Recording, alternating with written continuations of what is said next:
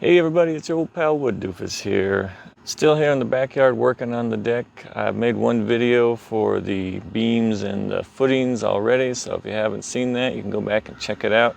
Today we are going to be working on the framing with the joists and the decking. So I've already got a little bit started, but let me catch you up on what I've done so far. I've already started to install the perimeter. I'm going to be using 2x8s for all of the joists and the rim as well. And after I get the joists in here, I'll probably put one more fascia board on here to kind of give it a double banded feature. Once I got this rim joist in place, I went ahead and used some decking screws to hold it in place. But the problem is the decking screws really aren't designed to hold weight. They can break, so that's really just a placeholder until I get the hardware installed on the other side. So the real strength comes from these Simpson strong tie brackets right here, and I use the screws, they're 1.5 inch, that are also made by Simpson strong ties, so I know they're the right kind of galvanized material to hold this stuff down well.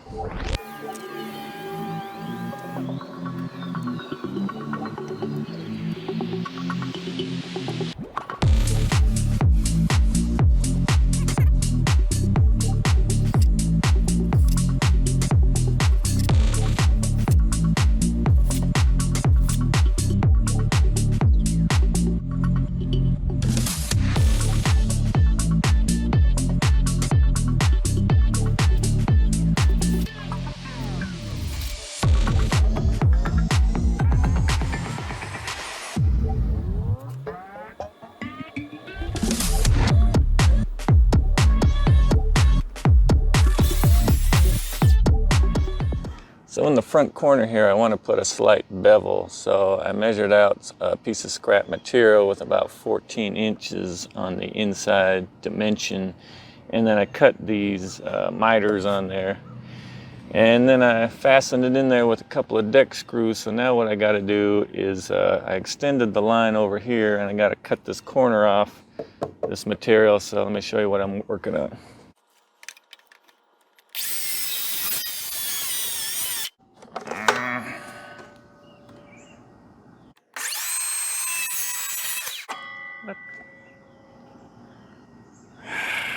Looks like I'm hitting a screw. Did not think about that. So Wood Doofus strikes again. It turns out the screws that I had put in there were coming through to where I was cutting, so I cut through one screw and I was making some sparks. So I took the screws out, I marked my lines, and we'll just go with the marks and then try to screw it back in a different way.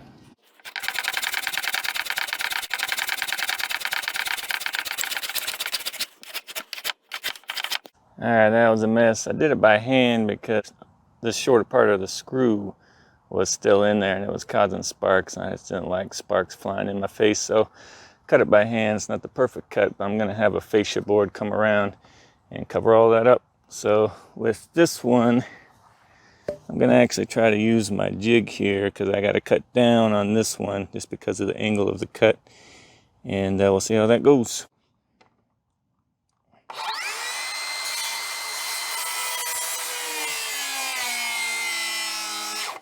I think it was the guard here that was catching and making it stick, so let's see if I can work with that. Sometimes you just gotta give up and try something else.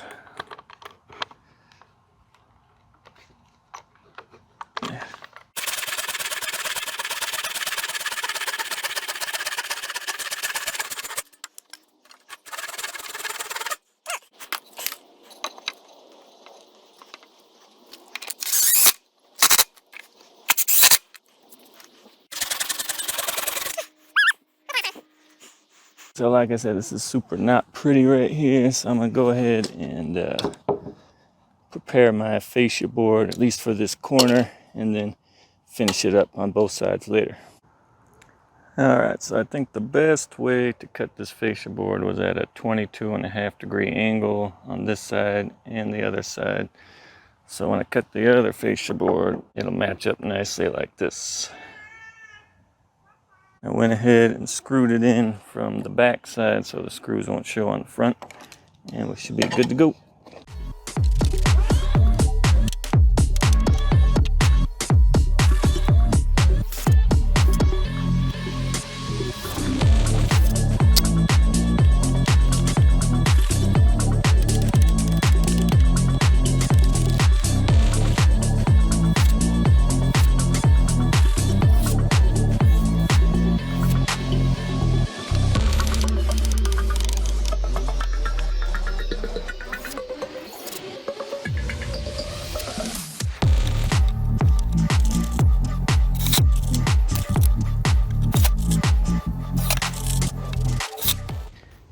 Alright, so I finished all the joists and I'll show you how I connected them. I don't know if it's the best way, but it's how I did it. When I got them in place, I just used some decking screws to hold them in place. Here you see I got two there. I think I toe-nailed one on the other side also. But decking screws don't support weight. They're not structural. They have no shear strength, maybe 50-60 pounds. So they're not designed to hold weight, but I do have each joist resting on the beam. There's a beam connection there and there and there and there. So they got 4 beam connections to support the weight. So I'm not relying on these screws to hold any weight, just to keep it from twisting. And I also have hurricane ties on every beam connection here too, and they're screwed in with Simpson strong drives, which are the only screw rated to replace those galvanized nails that you usually use with these kinds of things. And these will hold it in place too, but they're actually designed to resist uplift load. So here's one here, and uplift load is just like if you have like a tornado or strong winds that wants to lift the thing off the ground. Hurricane ties are designed to help not have your deck be lifted off the ground. So I have the beam secured to the footings, and then I have the joist secured to the beam, so this shouldn't be going anywhere in the case of a tornado. Also, the joists are sitting at 12 inches on center. I decided to do 12 inches because, once again, we're putting the hot tub over there, and I wanted to put extra support rather than 16 inches on center. I am doing a picture frame decking style, so I have a few points here on the edges with blocking, and I have the blocks at 16 inches on center, so the decking boards that go perpendicular to the rest of them will have something to screw into. Oh, and by the way, it did rain last night, or yesterday and last night. And one thing I was worried about with these 6x6 posts is that water might be able to settle on all this surface area and cause problems over time. So I inspected it today to see if any puddles had lasted. And so far I don't see any puddles on any of the spaces that have a lot of surface area. So hopefully that won't be a major issue. I also have some cracks that could hold water in these big beams. I got to think about something I could fill those with. But if I had it to do again, maybe I should have used 4x6s instead of 6x6s to reduce that surface area that you see there. Alright, I got my circular saw set to 22.5 degrees, and I'm going to attempt to cut the end of this 16-foot fascia board. See how it goes here.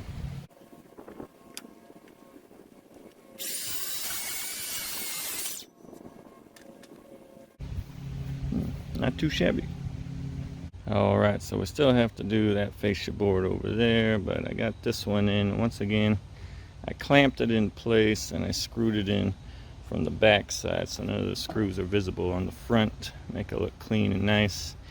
I did have some bowing in this board, so I had to use my clamps to get it in place and shift them around while I screwed it flush with the other board, and hopefully it'll dry straight over time now that there's a bunch of screws in there. Next thing I got to do is just cut off this end.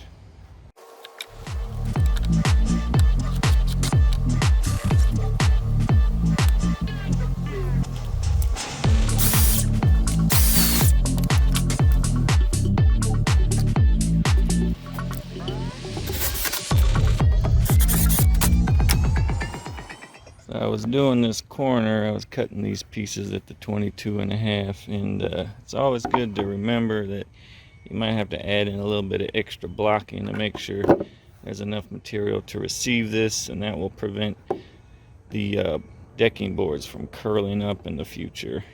And also right here I can see there's not a lot of support, so I might toenail in one of my Camo fasteners right through here, and maybe that'll prevent a little bit of curling in the future also.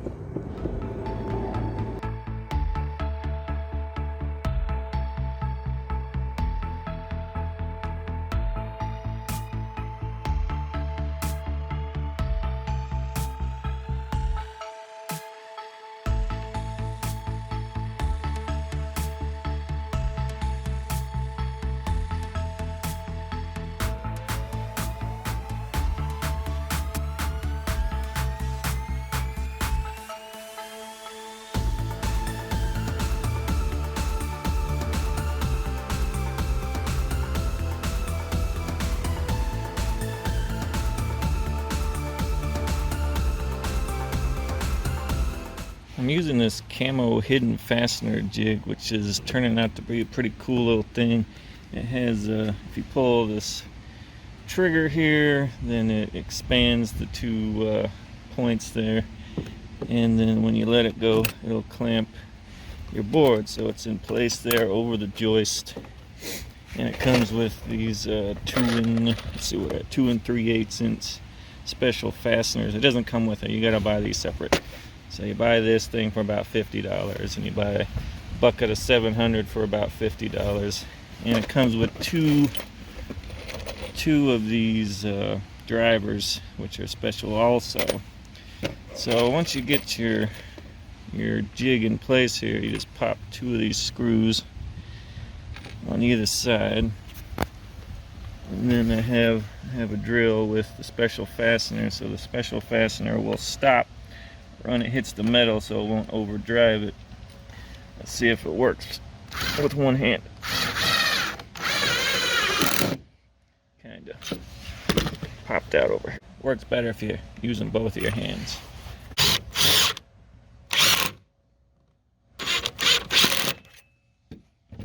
Alright, wasn't great with 0 hands, but as you can see, the fasteners are indeed hidden. Just little holes in the corners here that it goes in at an angle.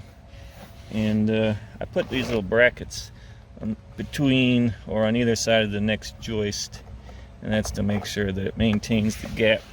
You see these little things kind of maintain a consistent gap when you put them in there, which can be difficult with long boards because they're all warped and twisted and all kinds of fun stuff. So I had to be creative with that, but pretty good system overall.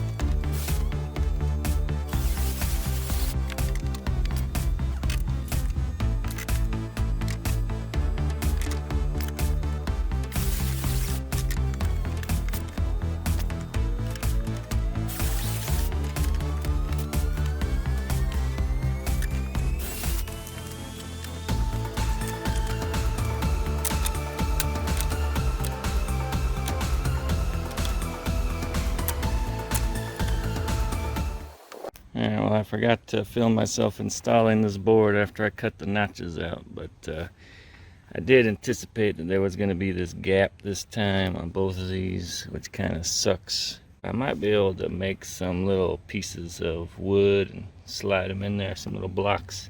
We'll see how that works out. All right, well, it took me several weeks to get this done. As you can see, the leaves are starting to fall this year. The weather's nice and cool. Glad I finally got the decking and the framing done on this. I like the way it turned out for the most part. I ran into a few hiccups, but I was able to overcome them. Make sure to stay tuned for the rest of these decking videos. I think I'm going to be doing the stairs next, and check out all the videos I've made so far. I did make a separate video for putting in the posts, so make sure you check that one out and subscribe so you can be notified when I get some other videos up there. And as always, don't be afraid to be a doofus.